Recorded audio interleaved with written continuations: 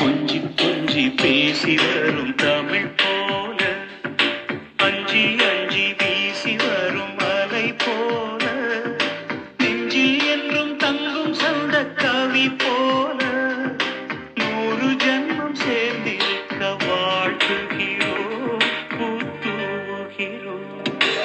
2 வரிகளில் திருக்குறள் இருந்திட காரணம் இருக்கிறதே. கணவன் ஒரு வரி மனைவி ஒரு வரி அர்த்தம் கிடைக்கிறதே. யார் பெரிதென்ற எண்ணங்கள் வேண்டாம் சிந்தித்து பாருங்களே.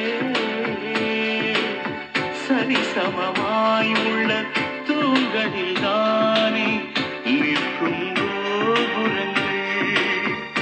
சந்தேகம்தான் தீயை வைக்கும், நம்பிக்கைதான் தீபம் வைக்கும். இந்த விண்ணும்